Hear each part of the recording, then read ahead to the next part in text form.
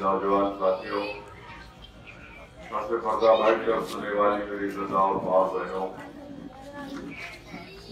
मुतालिया Farooq assembly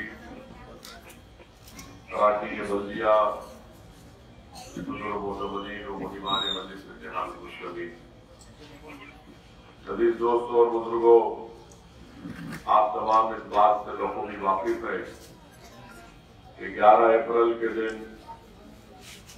पार्लिमानी election के इंतखाबात की रायदही का दिन है। मुझे इस बात की इजाजत दीजिए कि मैं आपके सामने चंद अहम बातें रख सकूं। सियासी गुफ्तगू तो इलेक्शन का माहौल है, सियासी गुफ्तगू होगी, मगर मैं आपके सामने जिस अहम चीज का जिक्र करने जा रहा हूं, मैं उम्मीद करता हूं कि आप लोग उस पर संजीदगी के साथ गौर करेंगे, और अगर आप इस पर संजीदगी से गौर करेंगे और फिर उस पर अमल होगा, तो मेरा मानना यह है कि इससे आम आवाम को, राय दहिंदगान को न सिर्फ फायदा होगा बल्कि वो और ताकतवर बनेंगे।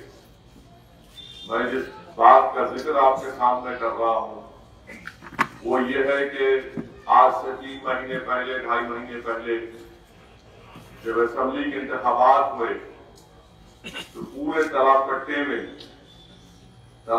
में, मुराद महल में, नशेमंद नगर में, जहांगीर नगर में, यहाँ पर जितने भी पोलिंग बूथ है, आप उसका एक मजमूई एवरेज पोलिंग परसेंटेज निकाल कर देखिए। 40% उसका पोलिंग परसेंटेज, मेरे ख्याल से 8 या 10 या अपने साथ 12 बूथों पर 50% पोलिंग हुई। बाकी हर बूथ पर 35%, 37%, किसी के पास 40%। तो मेरी आपसे ये गुजारिश है कि आप अपने घर से निकलकर वोट का इस्तेमाल करिए। अगर आप अपने वोट का इस्तेमाल नहीं करेंगे तो हर सियासी पार्टी, हर उम्मीदवार ये समझेगा कि बस मुझे इतने वोट लेने की जरूरत नहीं है, मुझे 35% वोट मिलेंगे तो मैं जीत जाऊंगा। इसका होगा क्या कि मुस्तकबिल में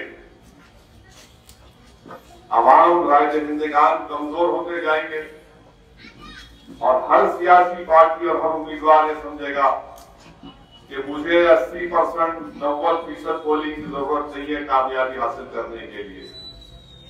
इससे नुकसान न सिर्फ जमहूरियत का होगा बल्कि इससे सबसे बड़ा नुकसान आवाम का होगा।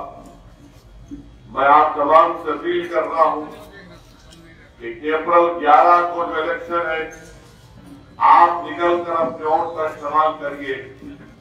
बल्कि मैं पूरी बेबाकी और ईमानदारी के साथ आपसे अर्ज कर रहा हूं कि जहां तक मेरी आवाज पहुंच रही है, अगर आप मजलिस की मुखालिफत भी करना चाहते हैं तो खुदा के लिए निकल के वोट डालिए, क्योंकि आपका निकल कर वोट डालना हम बहैसियत एक सियासी पार्टी को इस बात का पैगाम उनको मिलेगा कि एक तबका है जो हमसे नाराज है, उसकी वजूहात जानेंगे। मगर अगर हमारा यही पोलिंग परसेंटेज रहेगा तो फिर याद रखिए इससे जमहूरियत कमजोर होगी, सियासी पार्टियों में और वो इत्मीनान पैदा हो जाएगा। तो मेरी आपसे गुजारिश है कि आप अपने एक वोट का इस्तेमाल करिए और मजलिस इत्तेहाद मुस्लिमीन आपकी मताए अजीज है। ये वाहिद सियासी जमात है जो साल के 12 महीने अवाम के दरमियान में रहकर काम करती है।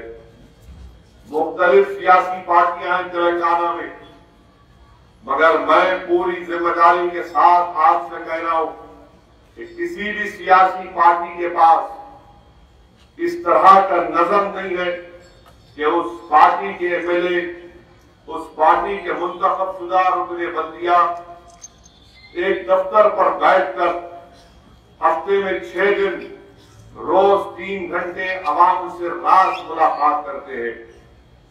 दूसरी पार्टी के भी एमएलए हैं, मगर अगर उनसे मुलाकात करना है तो बाकायदा फोन करके अपॉइंटमेंट लेना पड़ता। मगर मजलिस इत्तेहादुल मुस्लिमीन के काम करने का तरीका जो मरहूम कायद सालार मिल्लत ने इसकी शुरुआत की कि दारुस्सलाम में बैठकर पूरे अराकीन असेंबली, रुकने पार्लिमान, अराकीन बल्दिया रोज बैठते हैं हफ्ते में 6 दिन, ताकि आवाम से रात मुलाकात हो सके। मजलिस के अराकीन बल्दिया सुदूर मुतमदीन जिम्मेदारान हमेशा आवाम के दरमियान में रहते हैं, आवाम के अच्छे बुरे में उनका साथ देते हैं।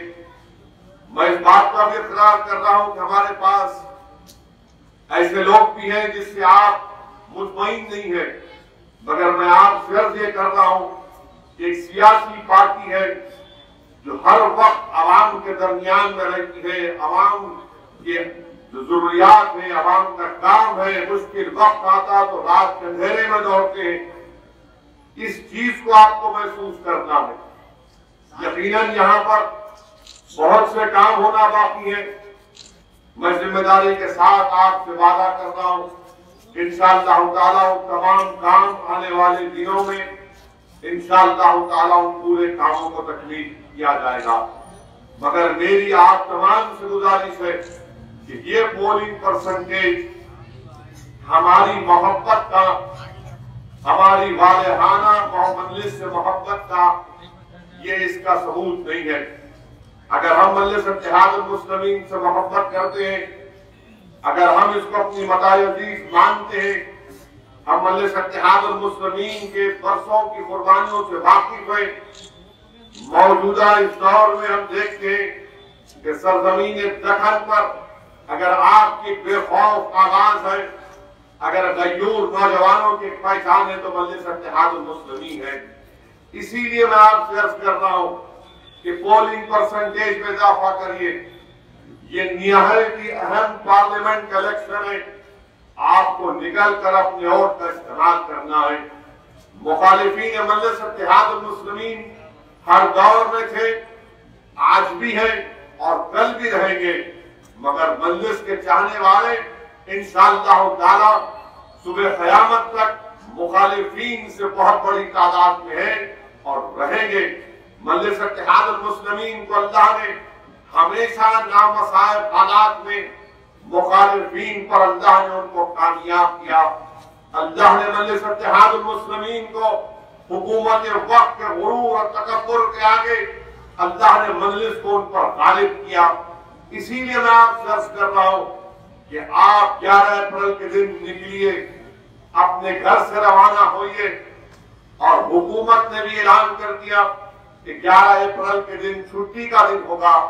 तो मेरी आप तमाम से, खास तौर से नौजवानों से जो 20 और 26 साल की उम्र के, निकलो मेरे भाई, निकल कर वोट डालो।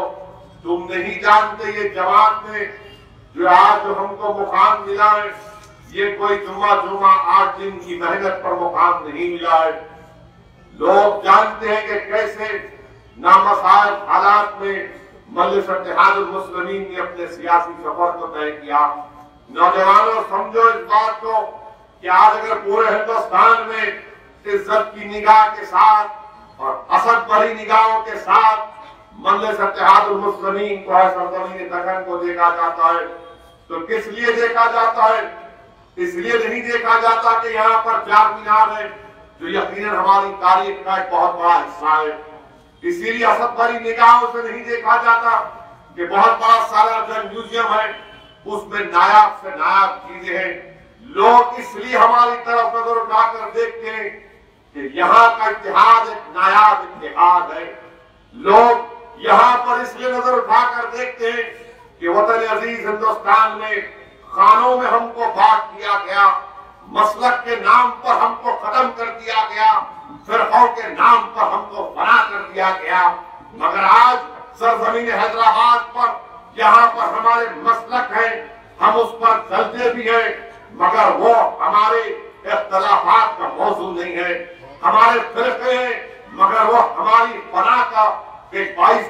जानता। लोग यही ताज्जुब करते हैं क्या बात है।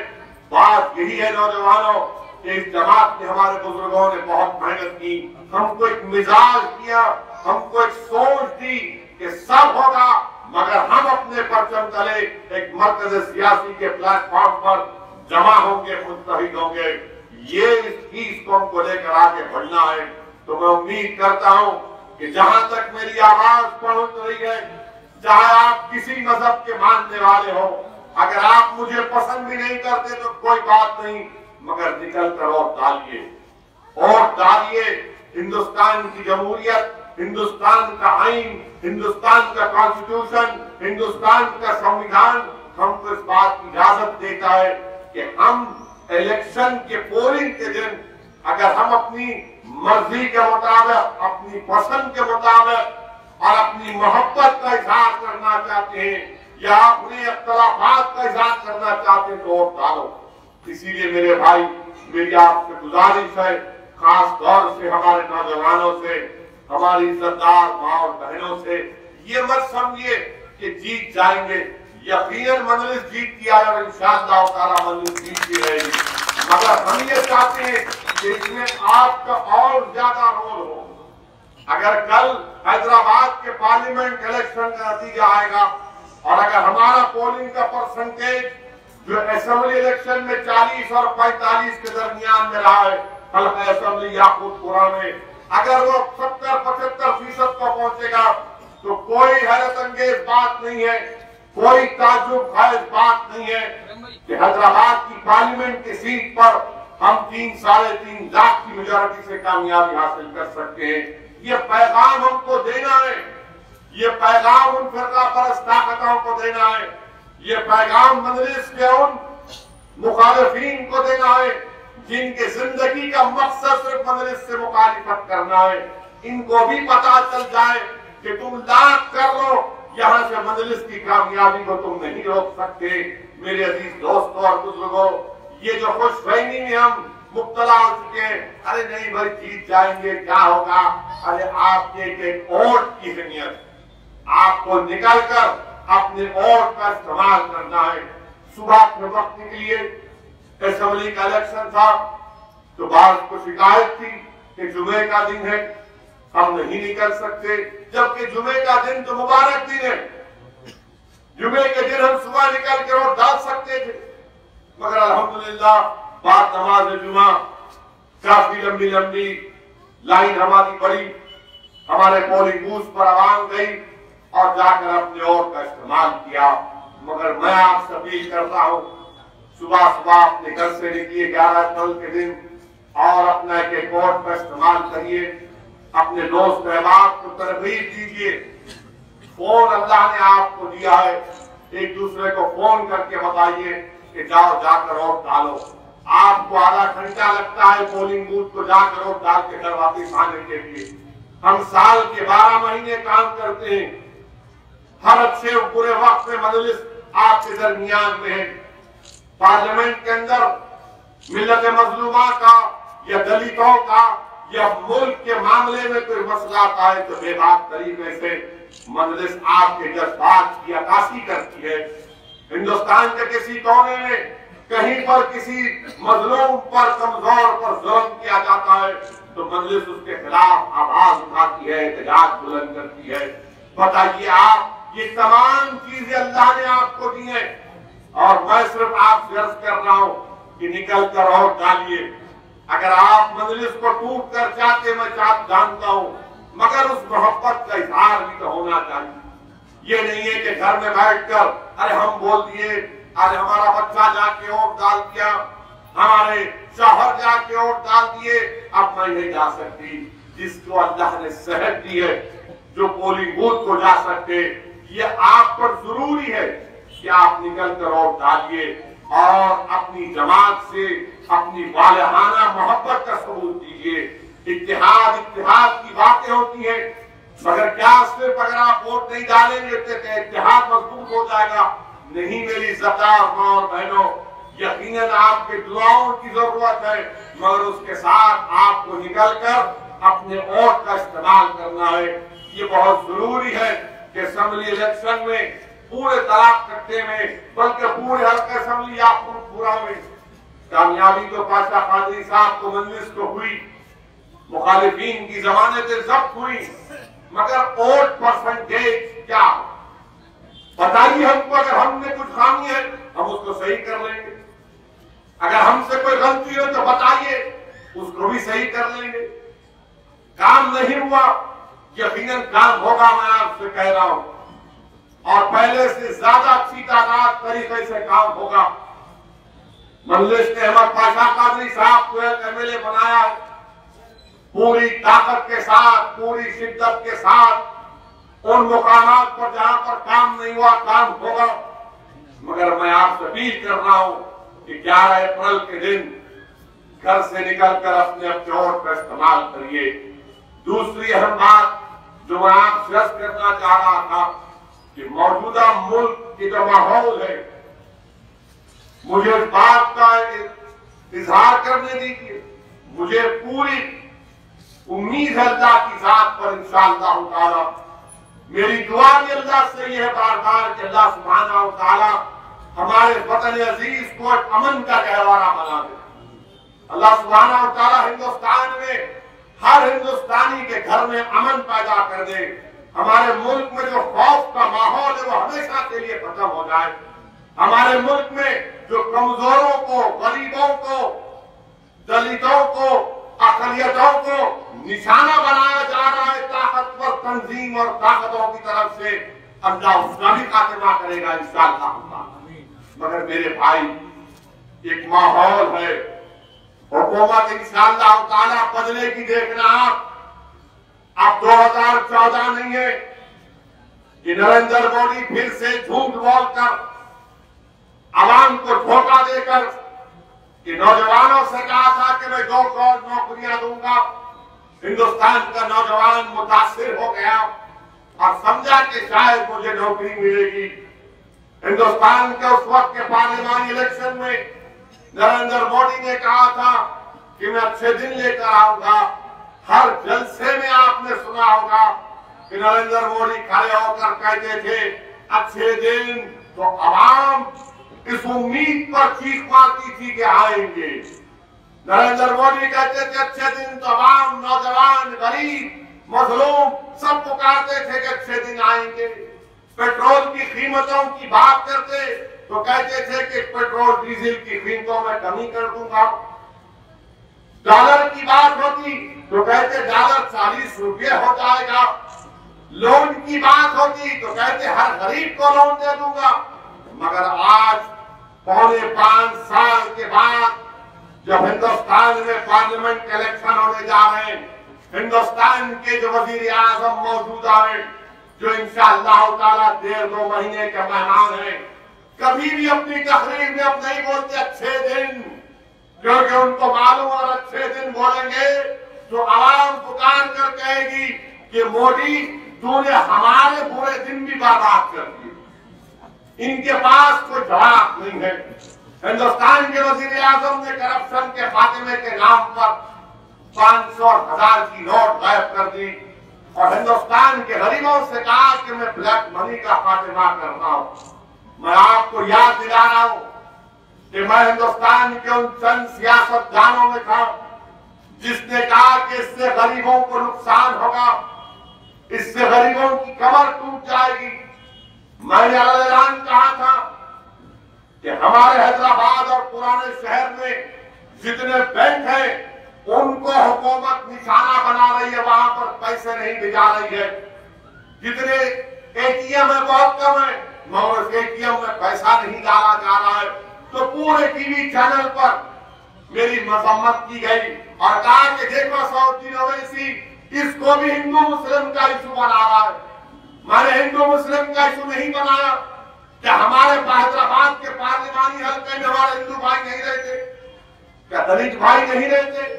क्या बैकवर्ड क्लास के हमारे भाई बहन नहीं रहते? मेरा मसला ये था क्योंकि ये न्यू सिटी या साइबराबाद में सबसे ज्यादा पैसा जा रहा है। आरबीआई से निकलता पैसा नरेंद्र मोदी के इशारे पर उन इलाकों में पैसा जा रहा था, बैंक में जा रहा था। और क्योंकि यहाँ पूरे पुराने शहर में साउथ हैदराबाद में अगर जो कारोबार होता है कैश पर होता है, चाहे वो दर्जी की दुकान हो, चाहे वो हजाम की दुकान हो, चाहे वो साड़ी की दुकान हो, जितना भी कारोबार है, सॉरी का काम हो, ये सब का सब कैश के ऊपर होता है। अगर बच्चे बैठकर चप्पल की दुकान या चप्पल बनाते हैं किसी घर में, तो कैश पर काम होता है, जरी का काम होता है, कैश पर काम होता है। और नरेंद्र मोदी ने हिंदुस्तान के आवाम को बहलाने के लिए झूठा दिलासा दिया कि ब्लैक मनी का खात्मा होगा। मैं पुकार रहा था, देखो गरीबों की कमर तोड़ी जा रही है, गरीबों को और कमजोर किया जा रहा है। तो मेरे खिलाफ आवाजें उठी और मजम्मत किया गया, मगर 3 महीने के अंदर मालूम हो गया कि ये तो हरकत की गई गरीबों को कमजोर करने के लिए। 4 महीने के अंदर, 4-5 महीने के अंदर बर्बाद हो गए पूरे कारोबार, क्योंकि किसी के पास पैसा नहीं था। और पैसे वाले क्या किए, जिसमें मैं भी शामिल हूं, हम लोग आराम से थे। कैसा करना, क्या करना, हमने अपना सर्वसुख को इस्तेमाल किया। मगर वो गरीब क्या करता, जिसके घर में 10,000 के पुराने 500,000 के नोट थे, लाइन में ठहरना पड़ा। 5-5 घंटे, 6-6 घंटे लाइन में ठहर रहे आप। और हिंदुस्तान के वजीर आजम गरीबों को दिलासा दे रहे थे, मैं पैसे वालों को खत्म कर दूंगा। कहां का ब्लैक मनी, कितना पैसा निकला था, जितना पैसा 500,000 थे उतना पूरा का पूरा बैंक को चले गया। आज तक जवाब नहीं दे सकते मोदी कि भाई वो कहां गया पैसा। फिर जितना ब्लैक का पैसा था, वो कह रहे थे कि जितने 500,000 के नोट थे वो पूरे के पूरे पुराने वापिस आ गए बैंक को। कैसे वापिस आए मेरे भाई, समझिए इस बात को। जीएसटी लागू हुआ, मैं पार्लियामेंट में मुखालिफत किया, देखो इससे गरीबों को नुकसान पहुंचेगा। आज जीएसटी के नाम पर सब परेशान। अब क्या हो रहा कारोबार में, कोई पुराना सिस्टम आ गया, कच्ची रसीद, पेपर फाड़ रहे, रसीद को जेरा नहीं, इसमें लिख के दे रहे। क्योंकि अब मिसाल के तौर पर हार्डवेयर की दुकान, वहां पर अक्सर यह होता है कि माल लेने के बाद लोग बोलते पसंद नहीं आया, टाइल पसंद नहीं आई, पूरा पसंद नहीं आया, चेंज करो। आप कैसा चेंज करेंगे, जीएसटी में आप जा रहे, वो उसमें ऑनलाइन में हो रहा है नहीं। मगर नरेंद्र मोदी फिर एक जुमला, आने गरीबों को सबसे ज्यादा नुकसान इसमें हुआ। फिर मुद्रा लोन स्कीम, मुद्रा लोन स्कीम आप देख लो। मुद्रा लोन स्कीम में कहा गया कि मैं 90%, यानी नरेंद्र मोदी ने कहा कि हमने 15 करोड़ लोगों को मुद्रा लोन स्कीम में लोन दिया। आज के आदाद और शुमार ये बताते हैं कि 90% मुद्रा में जिसको लोन मिला 24,000 रुपये मिला। अब आप बताइए 24,000 में नरेंद्र मोदी से जी टीवी के इंटरव्यू में पूछा गया कि सर, बेचारा वो पूछने वाला इंटरव्यू डर डर के पूछा, ऐसा लग रहा था कि सामने कोई हजरते क्या बोलना चाहिए बैठे हुए, कोई इनकी रूह कब्ज कर लेंगे। डर डर के पूछा, सर वो नौकरियों का, तो मोदी बोले क्या करो, सवाल भी मुकम्मल नहीं कहा कि क्या आपके सी के ऑफिस के पास पकौड़े की बंडी नहीं है, यानी क्या 24,000 रुपए में पकौड़े की बंडी लगती। किसको बेवकूफ बना रहे। तो हिंदुस्तान के वजीर आजम सिर्फ वादे वादे वादे ऐसा किया। 280 पार्लियामेंट की सीट सिर्फ एक पार्टी के पास, और उन्होंने कुछ नहीं किया, बर्बाद कर दिया। जो हिंदुस्तान के अवाम ने इन पर भरोसा किया और इनको 280 सीटें दी, ये इनका कारनामा। अब आप अंदाजा लगाइए, इलेक्शन के इंतखाबात के जलसों में नरेंद्र मोदी तकरीर कैसे कर रहे हैं। इनके सामने जो आईने होते, नीचे कंप्यूटर में टेलीप्रॉम्प्टर पर पहले तकरीर तैयार हो जाती, वो टेलीप्रॉम्प्टर इनको बताते रहता, यूं यूं देखिए बोलते, यूं देखिए बोलते। वहां देखे, वहां पे आईना, यहाँ शुरू हो गए, यहाँ जाने दोनों आएंगे। और आवाम क्या समझती टीवी में देख के, अरे क्या बोल रहा पाकिस्तान में, क्या बोल रहा भाई, फिल्मबदी बोल रहा। अरे फिल्मबदी हम लोग बोलते, ना कागज, ना कैमरा, ना बोलने वाला, पूरे मजलिस के जितने भी मुकर्रिर आप सुने, टन शुरू हुआ, कोई कागज नहीं, कुछ नहीं, पूरा शुरू होते। वजीर आजम आप देखो, बड़े मुकर्रिर बहुत जबरदस्त हो रहे थे। अरे काका ओरेटर पाशा, ओरेटर ऐसा रहना, खड़े हो गया तो बढ़ाना तमकीर के जैसा, कुछ नहीं। देखिए बोल भाइयों बहनों, माँ बोल रहे बहनों, मैं साथ किया, वहां देखिए बोल रहे, यानी नीचे से उन्हें कंप्यूटर डाल रहा पूरा, तो वो जाते रहता यूं लाइन, यूं देख के बोलते रहते हैं। आप ये हद हो गई कि आप वजीर आजम बनना चाह रहे, आपको याद भी नहीं है कि आप क्या काम किए। अगर आपको याद होता तो बगैर देखे बोलते आप, मगर नहीं, टेलीप्रॉम्प्टर में वो बोल रहा, प्रॉम्प्ट कर रहा, बोलो ऐसा बोलो। मेरे अजीज दोस्तों और बुजुर्गों, ये हाल हो चुका। आप देखे होंगे 3 दिन पहले अखबार में, टीवी पर आया जब नरेंद्र मोदी दोपहर में 12 बजे कुछ बोलने वाले हैं। मैं भी बैठा, देखेंगे पाशा क्या बोलता है, सुनेंगे जरा। तो खैर 12 तो नहीं आए, 12 15-20 मिनट के बाद आए और आकर जैसे शुरू किया, हाथ कांप रहे हैं। बोला खैरियत, गर्मी है क्या? देखो आप जाके, मैं सही बोल रहा हूँ, हाथ कांप रहे। बोले आज 27 मार्च, मैं बोला गए 2000 की होगा, फिर बर्बाद हो गया। इत्तेफाक से वो नहीं थे, वो स्पेस की बात की। आप अंदाजा लगाइए, हमको बड़ी खुशी है कि हमारा मुल्क के साइंटिस्ट ने उस तरह की टेक्नोलॉजी की इजाद की कि हम जमीन से 300 किलोमीटर दूर ऊपर आसमान में एक सैटेलाइट को मार के गिरा सकते हैं। हमारा बुनियादी सवाल यह है कि अगर आप आसमानों में 300 किलोमीटर दूर आसमान में आप सैटेलाइट को गिरा सकते हैं, तो भाई गरीब को नौकरी तो नहीं दे सकते आप। अगर आप में इतनी टेक्नोलॉजी है तो फिर पेट्रोल डीजल की कीमतें कम क्यों कर सके आप? लोन क्यों नहीं मिलता गरीबों को? हिंदुस्तान में गरीबी में इजाफा क्यों हो रहा है? और 5 साल में तो बहुत ज्यादा हुआ। यकीनन दीगर सियासी जमातें भी जिम्मेदार हैं, मगर 5 साल में तो आपने और इजाफा कर दिया। मगर आज हिंदुस्तान के वजीर आजम जितनी भी तकरीर कर दे, अच्छे दिन की नहीं बात करते, 2 करोड़ नौकरियों की नहीं बात करते।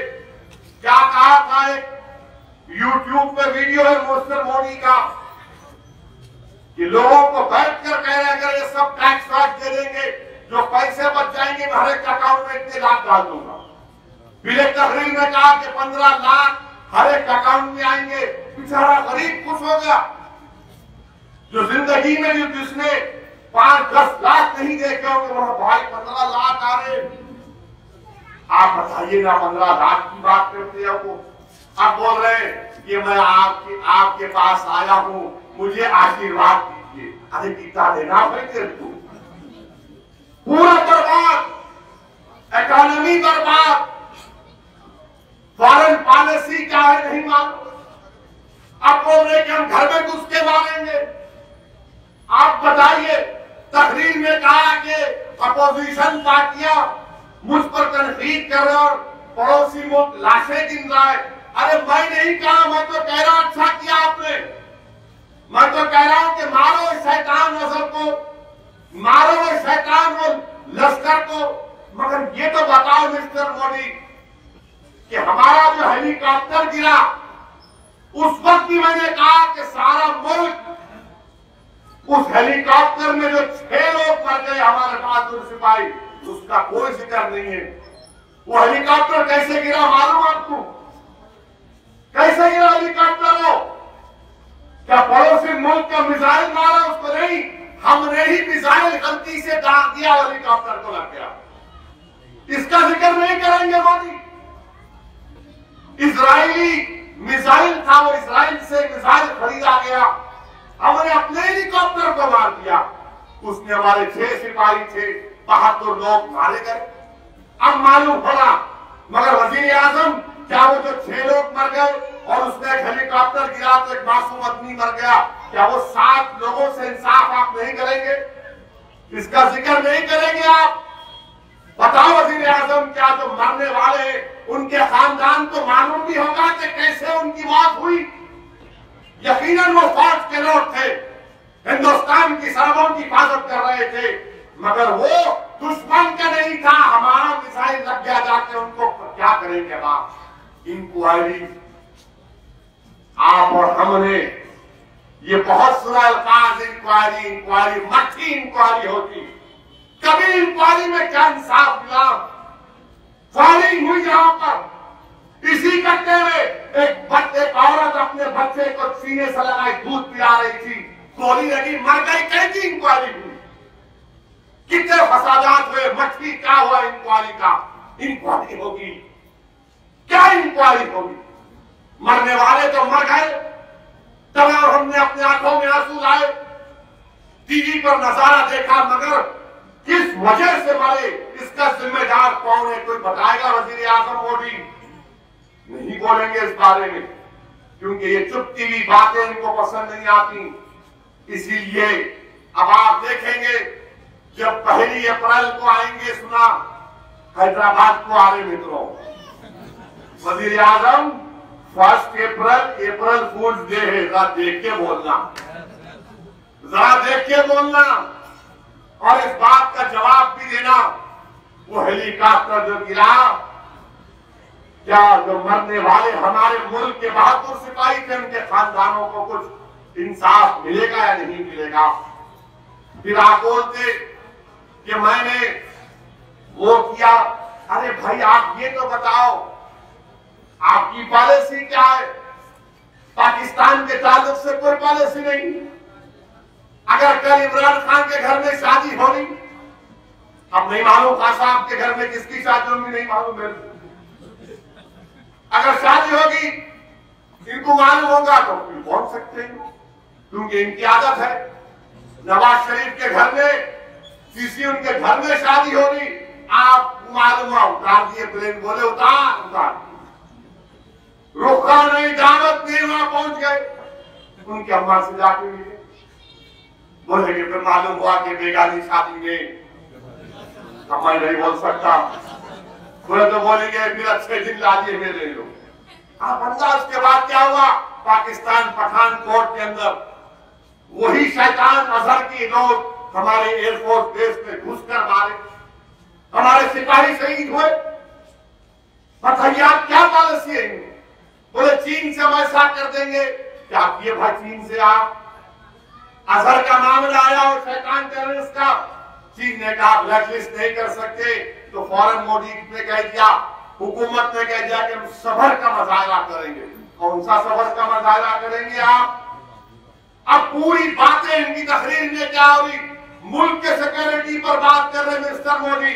मैं आपको चैलेंज करके पूछ रहा हूं, हिंदुस्तान के वजीर आजम, बताओ आरएसएस और बीजेपी वालों, क्या ये बात सच नहीं है कि हिंदुस्तान के कॉम्प्ट्रोलर ऑडिटर जनरल की रिपोर्ट ने कहा कि अगर मुल्क में जंग होगी तो हमारे पास सिर्फ 10 दिन का हथियार है, 10 दिन का हथियार है खाली। इन बड़ाओं पटाओं को मार के बोले दंगे में पहला वो दिन आ जाओ, यूं यूं करके 10 दिन के हथियार पे जंग लड़ेंगे आप। हमारे डिफेंस का बजट 62 के बाद सबसे कम खर्चा हुआ, आपका 56 इंच सीना की हुकूमत। किस कौन सी बातें रखूं आपके सामने? ये अलग बात है कि अपोजिशन पार्टियां नहीं बोल सकती, मगर मेरा फरीजा है कि इन जलसों के जरिए हिंदुस्तान के अवाम तक ये पैगाम जाए, ताकि मैं नौजवानों से अपील करूं कि मेरी इस बात को फैलाओ।